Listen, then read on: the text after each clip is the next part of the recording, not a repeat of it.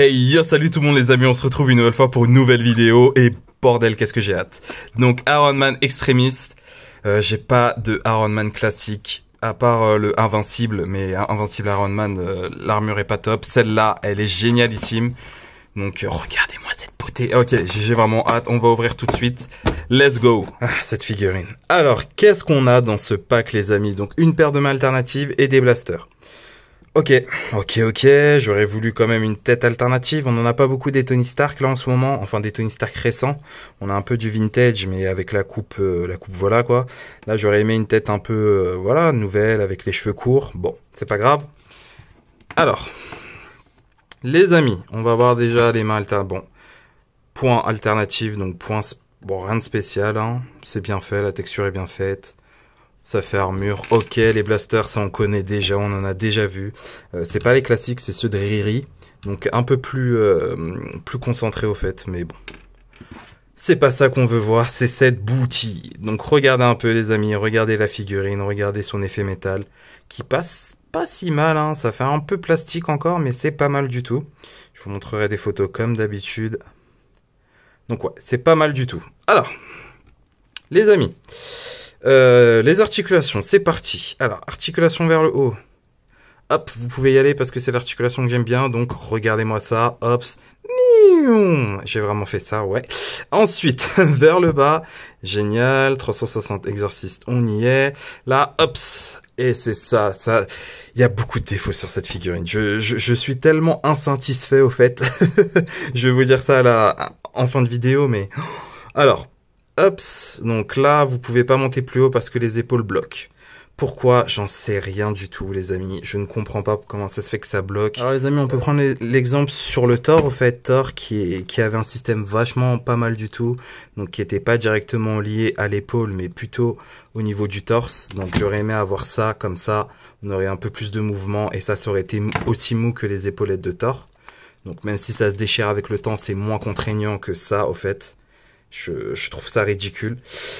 Ensuite, les amis, avant-bras, on y est, c'est bon. Double articulation, heureusement, pour toucher sa nuque. Là, articulation au niveau de la paume, heureusement aussi. Au niveau des hanches, au niveau du torse, on a ça. Des hanches, il n'y a rien. Ouais, il n'y a rien du tout. Vous pouvez enlever ça si vous voulez, même si ça sert strictement à rien, mais vous pouvez l'enlever. Vous voyez, là je vais le remettre parce que j'ai la flemme de le remettre après.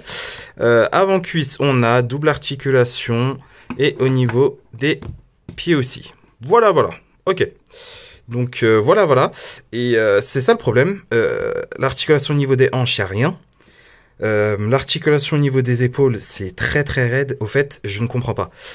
Si vous voulez faire une figurine raide, normalement il y a la Iron Man Mach 1. Donc là, je comprends que les articulations soient limitées parce que à l'époque, Mach 1, c'était vraiment une sorte de gros bloc de fer, il pouvait à peine bouger. Mais les gars, c'est Extremis là. C'est Extremis. Extremis, normalement, ça devrait être sa seconde peau, au fait. Ça devrait être une sorte de costume tel Spider-Man, une sorte de collant. C'est pas, voilà. Et si c'est une sorte de collant, les articulations, elles doivent être aussi souples qu'un Spider-Man, au fait. On doit avoir des articulations comme un Spider-Man. Je veux pas ce body, hein, mais vous m'avez compris, au fait.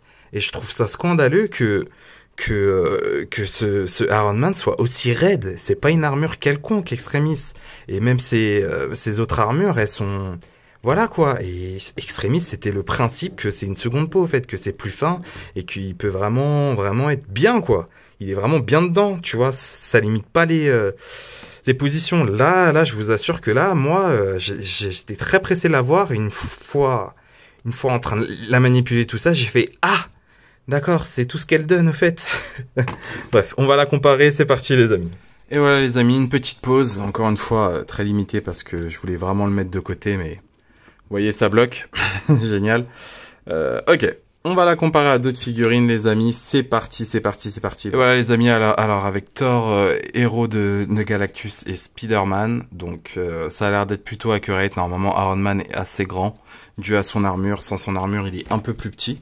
Alors, petit comparatif avec Iron Man du MCU. Donc, vous voyez à peu près. Hop, ce Iron Man qui n'en a pas aussi au niveau des hanches. Par contre, celui-là, les amis, qui est plus ancien... qui lui a parfaitement compris le système de, voilà quoi, que c'est une armure mais qui colle au corps. Donc là, il n'y a pas d'épaulette, évidemment, parce que le design, il n'y a pas d'épaulette. En tout cas, il y a au moins une articulation là, chose que j'aurais voulu avoir là aussi ici. Et bref, bon, voilà, vous voyez à peu près, c'est pour ça qu'il me fallait une autre Iron Man, parce que celle-là, déjà on la voit pas très longtemps, et on préfère tout ce design. Voilà, voilà, et ça change rien que elle est mieux articulée. Et ça c'est grave.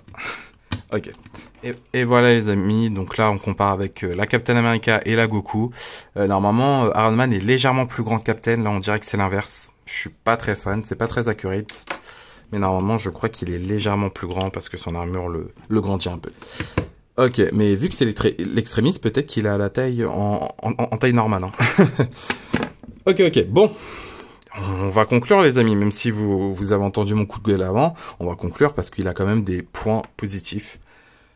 Pas négligeables, c'est vrai.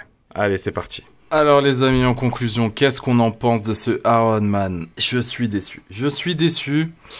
Parce que, encore une fois, comme je vous ai dit, pour moi, le manque de souplesse de la part de Tony Stark ça m'énerve. Parce que c'est pas n'importe quelle armure et pour moi, normalement, il méritait d'être plus souple. Après, en soi, la figurine est très très belle. Vous l'avez très bien vue, elle rend très très bien. Si vous lui faites prendre des poses assez simples, c'est parfait. Dès que vous voulez un peu compliquer les choses, là, c'est un peu, voilà, ça tangue un peu. Hein. Ça tangue un peu, donc... Du coup les amis, moi je ne regrette pas mon achat parce que franchement il me fallait une Iron Man classique quoi. L'Iron Man classique pour moi c'est celle que je pense c'est elle. C'est elle, je l'ai connue à cette époque. Donc ouais honnêtement elle fait parfaitement le travail encore une fois mais voilà quoi. Ça, les accessoires j'aurais mis une tête alternative au moins, bref. Je reste sur ma faim, ça reste une bonne figurine pour tout collectionneur d'Avengers ou autre, je pense que il faut la prendre parce que c'est un must-have, quand même et j'attends déjà une réédition plus articulée. Voilà, sur ce les amis, je vous laisse, merci beaucoup d'avoir regardé cette vidéo, n'oubliez pas le petit pouce bleu qui fait toujours plaisir. Si vous avez encore plus aimé et que vous n'êtes pas abonné, abonnez-vous, ça mange pas de pain. Sur ce, moi je retourne dans ma grotte. Bonne collection à vous. Ciao, ciao.